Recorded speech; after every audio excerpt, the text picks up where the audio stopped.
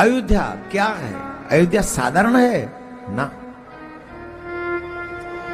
जिस समय महाराज मनु ने, बड़े ध्यान से सुनना, ये बहुत अच्छी वैष्णव भक्तों के लिए कथा सुना रहे हैं, बड़ी अद्भुत कथा है, शायद पहली बार आप सुने।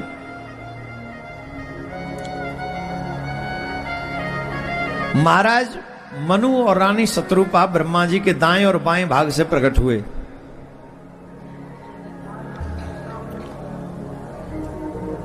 पृथ्वी पाताल में थी, पृथ्वी को लाया गया, परंतु राजधानी क्या बनाई जाए? उस पृथ्वी पे राजधानी कौन सी होनी चाहिए? तो महाराज मनु बैकुंठ के पास में गए और बैकुंठ ने अपना हृदय दिया। बैकुंठ ने अपना हृदय दिया और वो बैकुंठ का हृदय जो है वही अयोध्या के रूप में विराजमान है।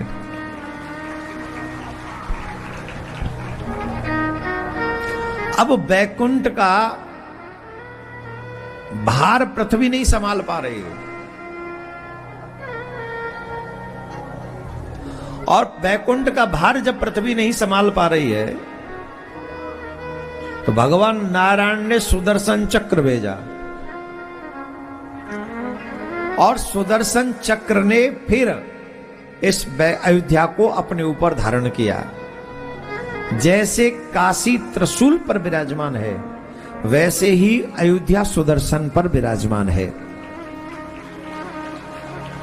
इसीलिए अयोध्या में जो व्यक्ति अपने प्राण त्यागता है वो सीधे भगवान के धाम चला जाता, सीधा भगवान के धाम, कोई भेदभाव, बीच में कोई रुकावट नहीं, सीधा भगवान के धाम।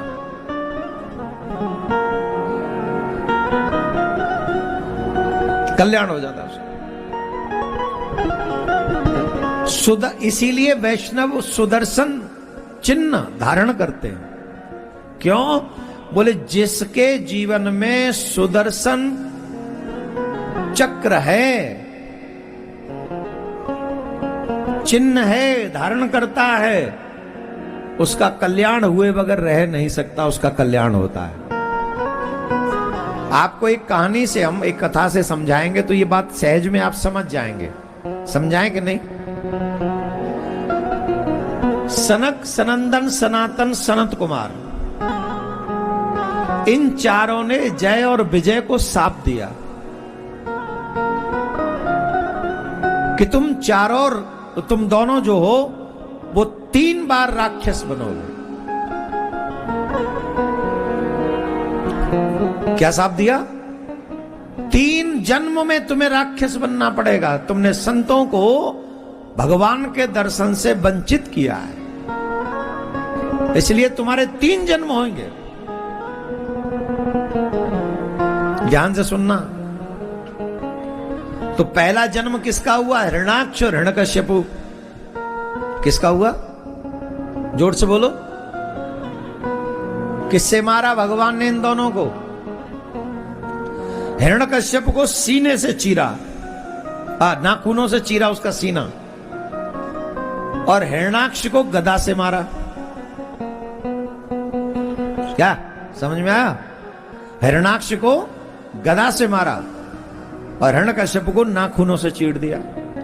दूसरा अवतार रावण और कुंभकर्ण, किससे मारा? बाणों से, बाणों से मारा। सुदर्शन चक्र से नहीं, बाणों से मारा। सुदर्शन चक्र से नहीं, उसमें भी बाणों से मारा। क्योंकि अगर इनको बाणों से अभी मार दें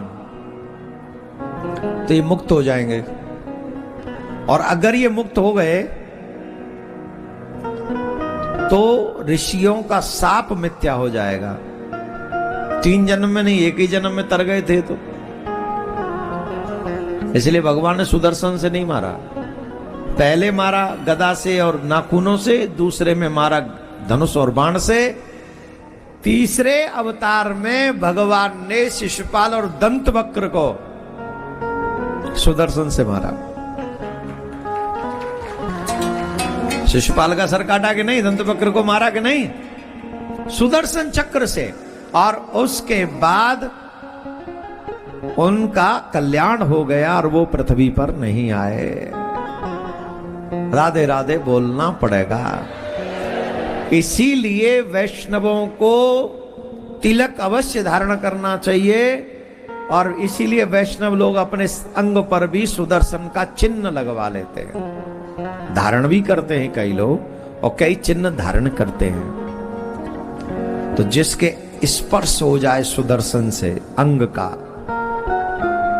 वो फिर दोबारा पृथ्वी पर लौटता नहीं है। तो हम तो यही कहेंगे भैया, भगवान के चरण से लगा के एक छोटा छोटा सा सुदर्शन चिन्ह चक्र का या तो शरीर पे कहीं गुदवा लो, या गुदवा लो, बड़ा कष्ट होता है, या धारण कर लो।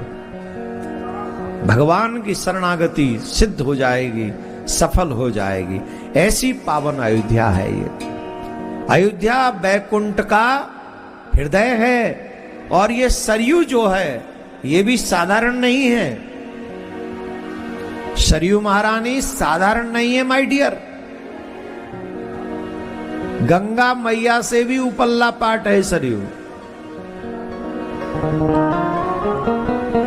एक संत के मुंह से सुन रहे थे, एक बार सरयू जी में स्नान किसी भी बड़े तीर्थ के एक कल्प के बास के बराबर है।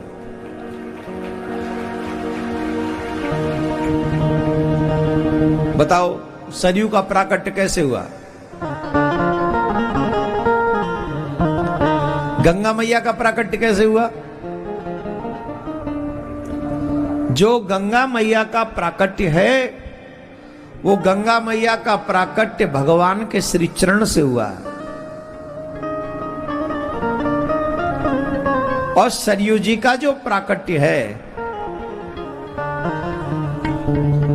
वो भगवान के नेत्रों से हुआ है, अश्रु से हुआ है। चरण और फिर नेत्रों से अश्रु, भगवान के अश्रु से सरयू जी का प्राकट्य हुआ है। तो बताइए कितनी श्रेयस्कर होंगी सरयू। तो जीवन में सरयू स्नान अवश्य करना चाहिए। और वहीं अयोध्या का वास है, और वहीं अयोध्या में उस समय राजा कौन है? वहां उस समय राजा है श्री दशरथ जी महाराज। बोलो अयोध्या नगरी की जय। जोर से बोलना पड़ेगा।